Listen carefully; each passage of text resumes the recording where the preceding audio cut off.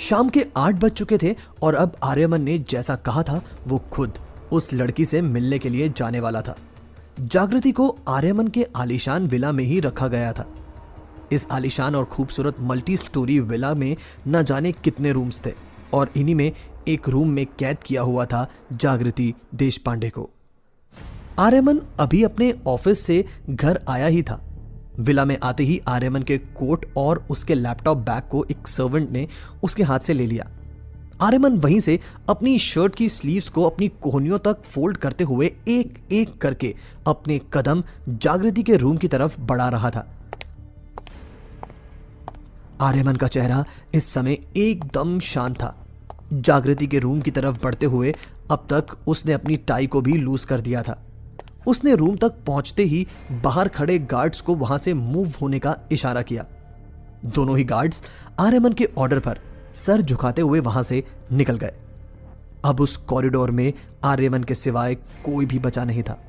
आर्यमन ने उस रूम के डोर को एक चाबी से खोला तो उस रूम में इस समय एकदम अंधेरा था, क्योंकि जब से जागृति को वहां लाया गया था तब से वो रूम लॉक ही था और जागृति इस समय बेहोश थी।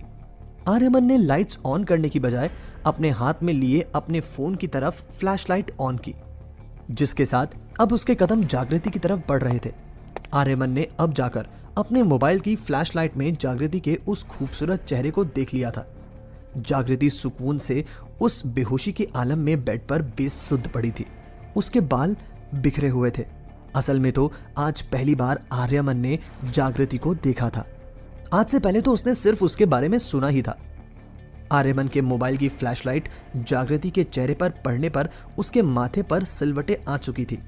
आर्यमन अब आहिस्ता से जागृति के नजदीक जाकर बैठ चुका था, जिसके साथ ही उसने हाथ बढ़ाते हुए जागृति के चेहरे पर आए बालों की लटों को साइड में कर दिया। आर्यमन जागृति के चेहरे को एकटक देख रहा था। न जाने क्यों उसकी नजरें उसके चेहरे पर जैसे ठहर सी गई थी। कैसे एक लड़की जो इतनी बहादुर है कि आर्यमन मल्होत्रा से टकरा गई और उसके चेहरे पर इतनी मासूमियत, ये सब जैसे आपस में मेल ही नहीं खा रहा था। आर्यमन ने आहिस्ता से कम शब्द खर्च करते हुए कहा, wait, you are the most beautiful girl I have ever seen. इतना कहते हुए आर्यमन ने अपनी दोनों उंगलियों से उसके चेहरे यानी कि जागृति के चेहरे को सहलाना शुरू किया। आर्यमन अपने हाथ को जागृति से दूर करता उससे पहले ही जागृति ने अपनी बड़ी बड़ी आंखें खोल दी। उसकी काजल से सनी बड़ी बड़ी आंखें बेहद खूबसूरत और किसी झील की तरह लग रही थी।